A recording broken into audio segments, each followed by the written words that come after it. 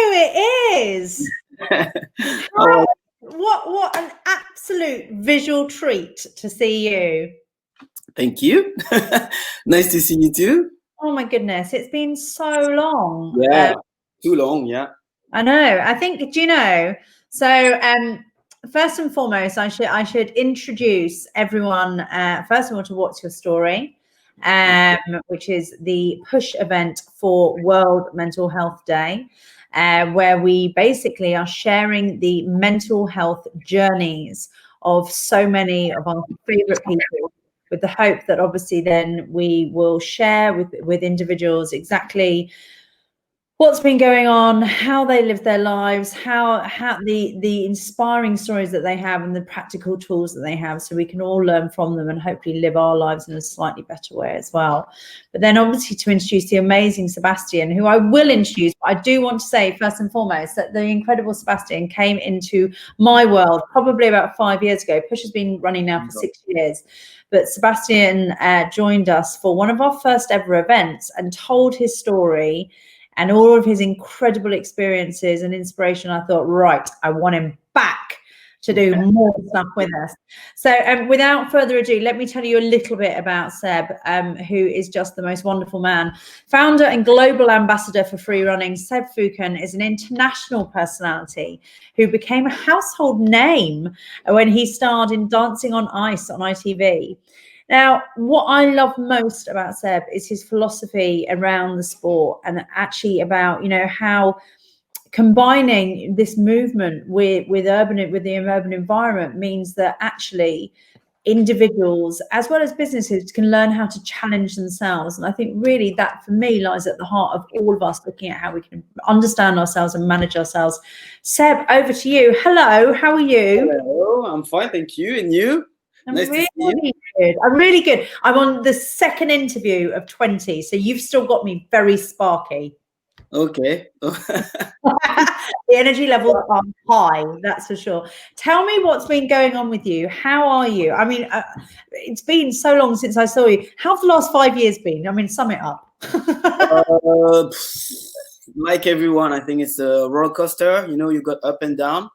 Yeah. So but it's been for me it's been amazing because it's all about adventure and I learn a lot from it. So I had my down, but now I've got I think I've been through it. And that's it. So I've got my academy, so which works very well. Pretty surprised after the COVID. Now we still we managed to keep on doing it, and a lot of people want to keep coming because it's very difficult for business. Yeah. A lot of stuff also in my personal life, also divorcing and stuff like that. Yeah, so a lot. Well, look, I mean, I'd love to then just get into this then. So, you know, the big thing for me would be, you know, even obviously pre-COVID, you know, and I know quite a lot more about your story. I'd love for you to share, you know, what was the point when you realized that you had mental health? How long ago was that? And what kind of stuff was going on when you realized that? When you say mental health, what do you mean exactly? I suppose really when you realize how much external events affected you or how to manage your mind, was that kind of at the when you started free running, was that at the heart of that, but about a mind management? No. I think I've been lucky to meet my friend David Bell, is known as the founder of Parkour, but we all we were a group of guys who were pioneer of what it is known as the discipline now, parkour training or art du déplacement. But for me, the starting point, the first, we say, mini trauma started in school. Really? Oh yeah. For me, how? Say again? Explain to me how. What was going on? Yeah, because as a kid, I was always very in my imagination and very free in expressing myself and everything. And I think the first trauma I started when I went to school. And at the beginning, it's good when you have to buy all your stuff, the book and the pen and everything. But when for my memory, I felt like more like a jail, because it was like kind of a race to achieve something, to get a qualification, to get the rate, and to be fast and to be the first and all these things. That's my souvenir from the school, and it never worked with me. And I thought I was wrong for a long time. I thought I was wrong because, you know, everyone is it's adult. Yeah. People's got a job. This is the teacher. Your parents tell you to do that. Everyone told you this is the way to do. But deep inside, I didn't like it. I never liked it. And I was forced to being told what to do. They're being told by other people. Was that the thing? Yeah. So freedom then, is freedom's really important to you? Oh yeah, big time. For me, the freedom of expression, also the intuition, to listen our intuition. Because when we talk about mental health, everything is in the mind. But if you don't listen your own mind, that's where you start to lose it. And for me, when the kind of a system in a society start to make me conform into something, that was the struggle. Because inside of me, I felt something, but everything external tell me this is wrong. This is what you should do. Should be there. The should is such an awful word, isn't it? Yeah. So that's the way I would say the first time. If I explain, like, there is a school, then after there is the work, and then after there is life. It's for me, this is where all the struggle, the mental struggle, it's like a hurdle you need to go over, overcome, like a struggle. But you have to develop a certain strength along the way. And parkour gave me that strength. And also drawing, because I draw also. And I can say there is two things saved me into bracket. Is like, I was really bad at school. I really didn't work for me. But to the side of it, I was drawing. I spent my time drawing. And yeah, and to a point, people start to say, oh my God, that's good what you're doing. But that was the first time now I've been recognized to be good at something, because everything else, I was bad. You're bad because you're not doing this. You're bad because you're not listening. You're bad. And then I did one thing. Okay, I have to do I have something I like, so I keep doing it. Following, that's why it's very important. I follow the passion. And then some people start to find some attribute with it. And it's the same pattern with parkour. Meet my friends, practice together, using our imagination, being outside. Nobody knows, nobody cared what we're doing. Nobody understood what we were doing, but we were enjoying it to a point, like people start to say, wow, that's amazing what you're doing. Yeah. And do you know what? First and foremost, one of my team this morning was saying, we were talking about your Instagram, and she was saying about how you use drawing for meditation. She was like, and he is so good.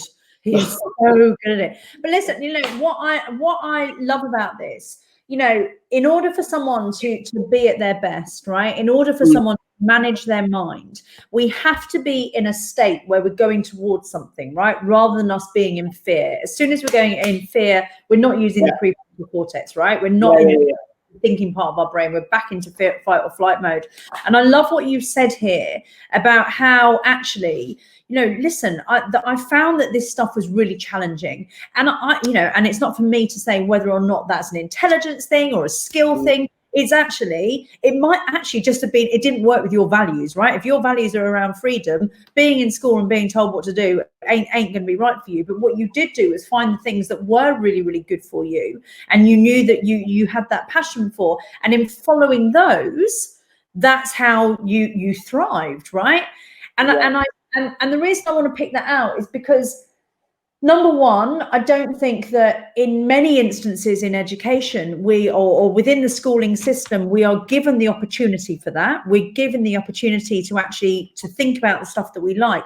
Or number two, I don't think that we as individuals take enough responsibility for ourselves in the first place to say, what is it I like doing? What is it that I'm good at? And then going after it. That for me shows a dedication that I don't think happens a lot.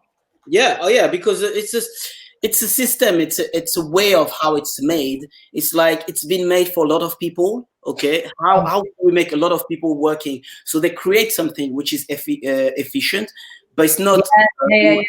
Yeah, for me, it's not the best, because the key is to listen to yourself, but also later on you've been praised by being unique and to have something special. But early, everything tell you to do exactly the same. Everyone has to do exactly the same. So there is a problem for the mind here, because just like when it's because you've been drilling for a long period of years of doing things, and then after when you free, and then you now this is you're an adult and you have to do your thing. Now you have to rethink yourself. How do I find myself? But you lost it. You lost it from when you were kids, when you were able to experiment. At some point, you lost it because you've been drilled to think in a certain way. And in my opinion, we need to reclaim. It's like parkour. Parkour is reclaiming the space. But in reality, human being, we need to reclaim our way of expressing ourselves. You know, like all the things.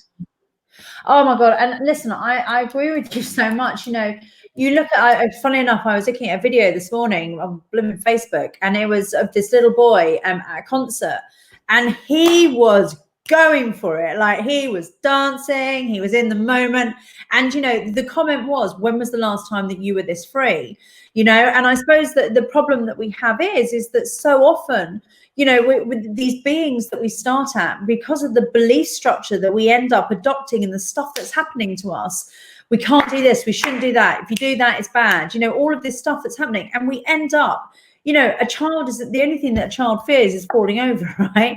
You know, and beyond that, actually, they're just going to do everything. They're going to try stuff. And we, as we grow older, we lose that. We lose that desire, or that fear around failure is the thing that stops us from doing so much. Yeah, fear is a big subject, because also in parkour is here. But I think parkour for me is almost like in martial art, the wooden dummy for like a toolkit for life. If you're able to understand and translate it to life, because the fear is an illusion, but it's here.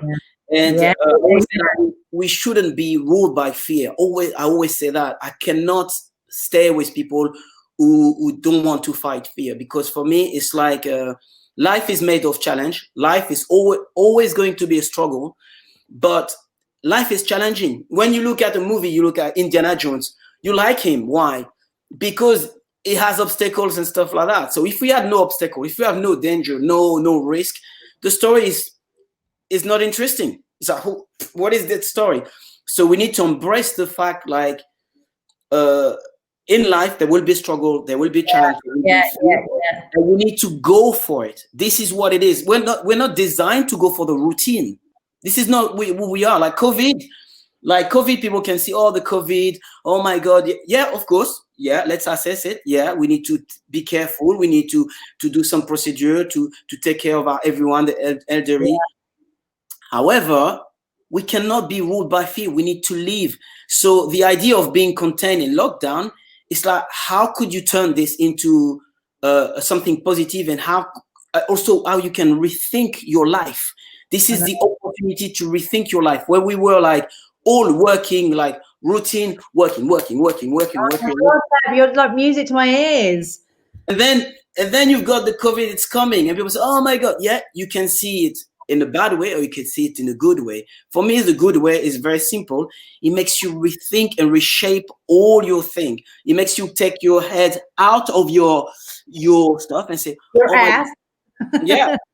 And it's either a struggle, because for a long time people a lot of people, to be honest, love the routine, because it stopped them to think about what is very important. It's like when people got like a illness, and let's say you've got only 2 weeks to live. Now straight away you need to think what matters to me. But a lot of people, they have been lucky, because they are lucky, or they ignore the fact we're not immortal. They just, oh, you know what? I don't want to figure it out and everything, so I don't care. But the COVID came, and now people say, okay, what am I doing? What is it? Why is it this? You know what I mean? Absolutely. And listen, Seb, I mean, that is genuinely music to my ears. Like, I think that, you know, the point is, pre-COVID, and the conversations that I was having with people, life was bloody hard. You know, we're talking at the moment, oh, we want to go back to normal. By the way, the conversations that I had with people then, life was really fucking challenging, right? You know, this kind of constant overwhelm, this constantly not doing enough, you know, and actually now, yeah, we've gone from this place of which I'm kind of calling high stress into a place of greater anxiety because we're up in our heads so much more because we've got fewer distractions, fewer stimulation. But this should be a moment of like, right, what do I want life to be like? You know, A, who am I and what am I bringing into life in order to be able to do something different? And I suppose, you know, this whole thing around fear, you know, it was really interesting. I wrote down when you were saying around fear and about parkour. Parkour for me is like thinking about it. I mean, parkour for me, let me be clear, I've never done parkour. And this was not a built body that was built for parkour. Yeah, but the point about it being that it's almost like a really good metaphor, isn't it? Do I do the jump or not for life? Do I do the jump or don't I? Yeah. You know, so often it's our brains that will stop us from doing this stuff. Yeah, From making that move forward. For me, the great analogy with parkour, of course, it's very technical. We got a lot of things, but if you see a jump, okay, it's almost the analogy of the past, the present, and the future. And for us, in order to move forward, you need to let go all the past. Okay, you need to be focused on your present of exactly what you have to do, and then the future will take care by itself. It's the same thing. I'm looking where I'm going to take off. I'm running. I know exactly where I want to go. I commit, because you must commit. This is very important. This is an analogy in life. It's about commitment. But sometimes for me, I'm pretty straight, because it's like nature. It's like people need to like, we talk about fear, but at some point, some people need to look in front of the mirror and say, what am I afraid of? You know, you're going to die anyway. Like, yeah. Much as fears. Oh my God, that's very hard what it's saying. No, it's true. It's gonna be over for all of you at some point. So what do you want? You want to stress and think about stuff, or you just want to go for it? I don't say it's easy, but at some point you need to look at yourself and say, man, time's flying. I'm getting older and older and older, and you're going to be gone. So what do you want to do? Do you want to live like with like something, with an adventure, like go for it? And you will struggle. That's some people say, oh my God, because they, in their imagination, they want no struggle. They want something settled. And as an entrepreneur of what I'm doing, now I understand it will never happen. You know, I like to use that analogy. You know the game Tetris? Yeah, of course. We play the game Tetris. We like it, right? But the game is never finished. You know, in reality, there is always something coming up. You put the stuff correct, and there is another one's coming. That's what life is about. It's a game of Tetris. For me, it's like, once you understand that, I would say, play the game. That's it. Just enjoy. You know what? I mean, this is so true. Like, I had, I can remember, I remember I said, this was quite a long time ago, and I said to one of my friends, I was like, babes, I think I've hacked life. Like, I was like, I've hacked life. I've worked out the way. It's all about how you view it. It was like, boom, like this moment of like, actually, I've got the fucking choice here. I'm choosing how I choose this stuff, how I view this stuff. And that for me, you know, the challenge, and you are like the best person in the world to be speaking to about this. You know, the problem that we have so often, the only thing that stops us from doing shit is us, is this. Yeah, right. That is the only thing. It's the only thing that's going to get us in our way. And you have said a really brilliant thing already. You know, for me go on, say again. Yeah, for me there is three things. Okay. Go on. Tell me. There is ourselves. Yeah. Okay. Our surrounding, the people around us, and the environment. Yeah. Those three impact yourself a lot. The last one is yourself, because of course you need to work on yourself. But your environment, as I say, if I'm in school, if I'm in work, and if the work, it doesn't fit to me, and the environment, like, let's say there is no window, it's dark, and you can feel the energy. That's why there is feng shui and stuff like that. There is an energy. You know what I mean? So this influence yourself. People need to understand that. The second one is the people around you. Now we're kind of the same vibratory level, frequency. We're talking the same level. So it goes, woo, back and forth. But let's say now I'm coming and say, oh yeah, my life is, yesterday I did this and my back hurt. And I don't know if I'm going to get some medic because I'm not sure about what the doctor, even the tone of my voice is See, that's a surrounding. But some people are like literally surrounded by people like that, constantly drag you. And as you say, very important, yourself. Yourself, you need to sort it out yourself. Like it's all in you. I don't believe it. You must believe it. Of course, but Seb, listen, with that, let's go through those one by one, right? So for yourself, and you've raised a really good point there around commitment. And so here's my question to you. What is more important, starting something, the actual getting it going, the overcoming the challenges in our head, or the commitment? Or are we saying you can't have one without the other? And I will happily take that as an answer. Is it the starting, or is it the commitment, or it's got to be both, right? Yeah, it has to be both. You have to start. Yeah, you have to start. You have to do the first step. That's like in what we do in parkour. For me, it's like sometimes, oh no, I don't. I'm afraid to do that. Nobody told you to achieve the full thing, but just do. Let's see how far you can go, but the teeny tiny step, instead of just sitting here and frozen and doing nothing. Because I have this analogy, like where I used to live, there is a place called Dame du Lac, so it's a massive climbing wall and stuff like that. And for a long time, I never go. Like my friend just climbing, and I never ever go there because I was always thinking the worst. I'm gonna climb, I'm gonna fall, I'm gonna die, I'm gonna hurt myself. I'm gonna climb, I'm gonna fall, I'm gonna hurt myself. Until I don't know, I had a kind of a revelation. Like, you know what? I just gonna go to the bottom and do just a tiny bit. And I did the step by step, and sooner or later, I managed to climb to the top. But I never had as a plan to climb to the top. As my plan was to get comfortable within my place area where I was, and I was doing one step. So the first one is like, you need to do it first. And then after, bit by bit, you have this idea of commitment. But commitment doesn't mean like you go full on. You can commit a little bit, and a little bit. And sooner or later, like for me, I call it the law of accumulation. Yeah. Progressive goal, You start by tiny bit. You know the movie Shawshank Redemption? Yeah, not one that you were in, unlikely. Yeah, you see what he did. So how he managed to escape. It's tiny bits, and then and you achieve amazing thing, but it's just tiny bit. And I think this is law of nature. Stop thinking big, just bit by bit, consistency, and then you. Yeah, that is the consistency piece, isn't it? It's the breaking it down to something that's achievable.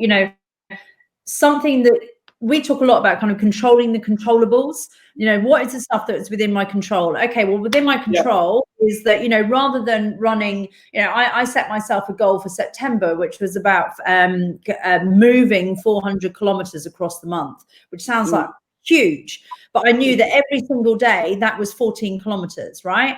14 kilometers a day I can do. And if I'm not doing it, then I can quickly do something about it, right? So it's that progressive goal, and it's that accumulation that you can see doing. And moreover, having that accomplishment meant that it then galvanized me on to keep going with it. So that is a brilliant tip. I want to talk a little bit about the people that surround you, because I'm really pleased that you brought that up. And we've talked a little bit about it with Helen as well. Because at the moment, because we are all kind of going through more stuff than maybe before, how do you manage that? How do you manage either the people around you, or how is it that the people don't change, you just change how much interaction you have with them? Have you got any tips for that, managing people around you? I'm not an expert, but I know how important is it to have people around you is the same level of frequency as you. It's all about transformation. Sorry, it's all about transformation. So for me, I try as much as possible. I always say that it's like you change your environment, or you change environment. There is only two ways. You're strong enough so you inspire everyone around you, so they get inspired, they transform themselves, and they make some effort. Sorry. Right. They make some effort, and then they get to the point, or it doesn't work, and you say, you know what, I'm out. I'm going to go my way. Yeah. So there's something in that, isn't it? I suppose it's fine. I suppose it's about kind of realizing what maybe your heart. Well, first of all, understanding about yourself, because I think this is another important thing. You know, sometimes we get kind of buffered around by other people, and we're not quite sure maybe if it doesn't sit right with us, why that is. Yeah. There is this idea now. I call it philosophy. Everyone's got a personal philosophy. And for me, I realized very quickly, if the person doesn't have the same philosophy as you, you're not here to argue, because we don't have time. The clock is ticking. You don't have time. Yeah. So everyone's got an opinion, and I've got a sofa is like this. Someone say, oh, you know, if it was me, I would not put this, I would put it like that. And another one say, oh yeah, but if it was, everyone's got an opinion on anything. However, you're the hero of your story, and you need to find out by yourself to your way. That's why it's not so much about arguing. Only politicians argue and talk forever. But we're not politicians.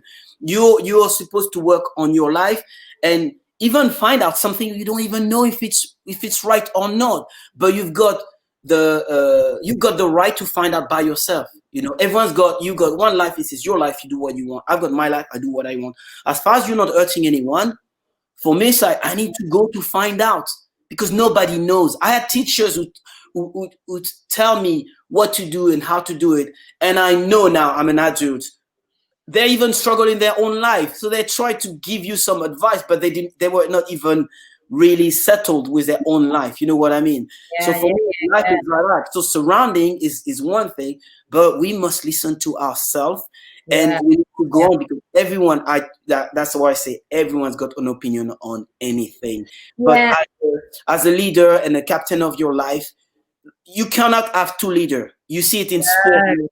You have one leader and one person who show the path. Entrepreneurs the same. One guy who show the path. He may make a mistake, but hey, this is his boat. So you follow that boat, or you create another one and you do your way. And that's how life is about. It's like I said, like a relationship is the same. Do we have the same philosophy or not? Doesn't mean we have to argue. The best thing you can do is you go your way, find out what you think it is right for you, and I go my way to find out what is right for me. But we don't have time. We don't have time.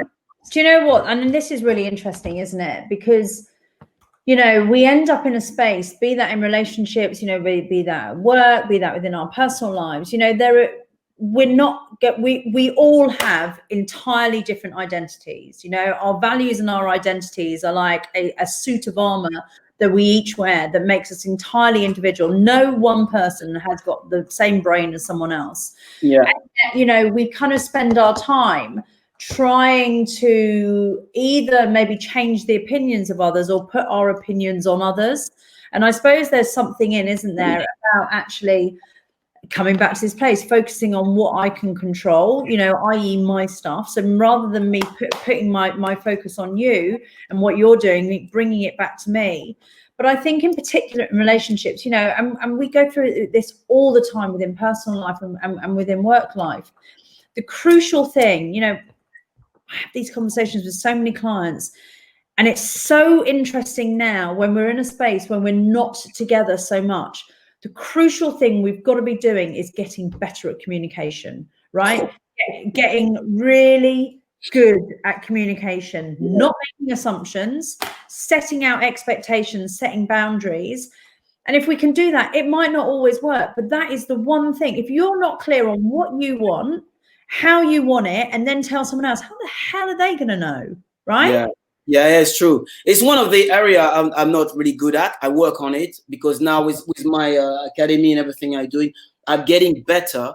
But that's one of my weakness, and I had this since I was in with my family when I was kids. Because even in my family, the communication wasn't really, really good. But a lot of family are like this. And for me, I realized it even with my coach and everything. For me, it's very hard, because there is a lot of stuff like I really try my best, but it's not natural to me. And also there is the fear, because there is different type of fear. Fear is got many shapes, and there is the fear of confrontation. I always had this fear of confrontation. For me, it's like, oh, I won't say it because, oh no, let's. I'm going to upset that person. I'm going to upset them, and I don't want to, you know. Yeah, I want to be. Let's be nice. I don't want to argue. Oh, now we're gonna go. And also, I'm from Caribbean, so I've got a really bad temper when it goes to the top. You know what I mean? So for me, I don't want people to see this side of me. You know, like there is a lot of stuff like that going on, and. So because of that, you just shut it down. In my relationship before, it was the same. I like when I was upset, I'm not saying anything. You know, it's just like you know, like we argue. There is two types of people. There is people who argue and they shout it loud and bad, or they're crying and stuff like that. There are people who just shrunk. You don't say anything, but you just accumulate. You just accumulate stuff. That was kind of boring, right? And then you're yeah. When it just doesn't work anymore. So I learned a lot with the idea of communication. Talking about one thing also with the fear and all the challenge. One thing also with my girlfriend Amy. She's doing a lot of stuff like with it's kind of like psychological thing. It's someone called Dr. DeMartini. I don't know if anyone's Dr. John Martini. He's amazing. Yeah, you see, so it's all this idea of like, what is the benefit of turning upside down? You know, like, oh, this is your fault. I say, no. What is the benefit of this person doing that? You know, like kind of all this, and it helps me a lot because when I think of it, say, yeah, I never thought this way. So you struggle and you need to make your way through all this obstacle, physical, mental, and all this stuff. But as we say. I'm not like we're not perfect. It's a challenge, but that's the beauty of it. It's a challenge. And do you know what, Seb? I love that. You know, I think I was talking to Helen, previous guest, about this. You know, sometimes what we need to do when we're in a situation that is becoming quite overwhelming is to take the sting out of it, right? It's to take the rawness out of it. And I think actually, if we can turn something from a problem, you know, into a challenge, or I heard something. Apparently, successful people never talk about problems; they talk about obstacles, right? Oh, it's an obstacle. Okay, well, then in which case, I'm taking a bit of the pain out of that and it suddenly feels like something I can work around and I can create a plan for. And if I start viewing life a little bit more like that, then actually I can see that I can overcome stuff, and it doesn't. It doesn't feel quite as pervasive and quite as overwhelming. I love that. I love that it's almost like this kind of like it's something to be got round. It's a challenge to be overcome. Yeah, for me, I don't know how it works, but maybe because I'm always meditate and I'm always kind of a meditative state.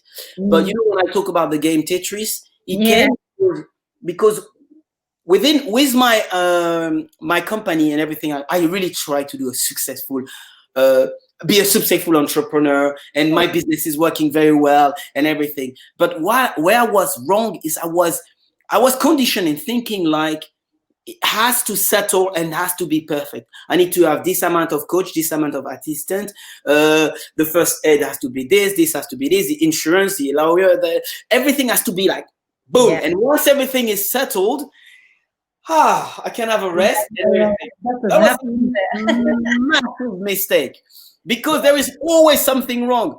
I arrive, I'm in Paris, I'm supposed to come back. I say, oh, I'm going to be on time for the academy and stuff like that. And guess what? There is a strike in France and I can't be on time. So I say, oh my God, I can't be on time. So it's a succession of stuff. So my coach said, where's the keys? We can't find the keys, but I put them there. Yeah, but we can't find them. Why is that? Sometimes I arrive and the truck doesn't work.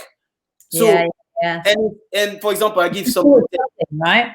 Yeah, the truck is next to the wall, and you can't open the door because it's next to the wall. So you need to. But the difference between when I start to understand like the game of Tetris, it's like, man, you need to appreciate all these obstacles because it's the game to find out, like a Rubik's cube. And now, could you sort it out this one? I said, oh, okay, you play with me. I will try to sort it out this one. You know what? Yeah, go on. that. Like, it's just like with every challenge that we face, we learn something, right? We go up another level. Oh, Seb, I've loved this talk. I knew I would. I knew that I was gonna feel really energized and inspired. You know, we have covered so much. Huh? We finished talking now, right? Yeah, I mean, that time has absolutely shot by. Yeah. It's insane. You know, we have covered so much within this. Like, you know, things for me that really, really, really stand out was about, you know, really working out kind of what your strengths are, working out what your passions are, because that gets you into a really great frame of mind, you know. And for me, a lot of that is about kind of experimentation to find out what your stuff is, and particularly now. You know, now is that moment, you know, given obviously everything that's happened. Actually, the place that we were previously really wasn't necessarily the best place in the world. And we've got this real opportunity now to kind of find out more about who we are and really embracing that. I loved the thing that we were talking about what fear actually is and how we need to overcome that and to start. You know, and life is challenging, you know, it is. It will always be. It will always be. But maybe seeing those challenges in a different way, seeing them as an obstacle and something that we can get over. Yeah. You know, and just to go for it. And the three things that we need in our lives: the right environment, the right people around us, and a commitment to doing something. You know, and as you know, you beautifully put, life is like a game of Tetris, right? It's going to keep coming, and actually, it's just about playing that and overcoming it. Yeah, we have to be adventurous. This is what we like when we go to a theater. Any movie we watch is because it's an adventure. Embrace it. Yeah. Yes. Yeah. You can have that adventure within your own day-to-day life. You know, that opportunity is there. Honestly, you fire me up. You really do. You are one of the most wonderful humans in the world. You genuinely are. And thank you so much, Seb, for today. My pleasure. There's going to be so much to talk about. We're going to share these videos afterwards, and I'd love to share it with you for you to share it with your network. Thank you so much. You are a winner, and I will see you very soon. Take care. Bye-bye. Bye.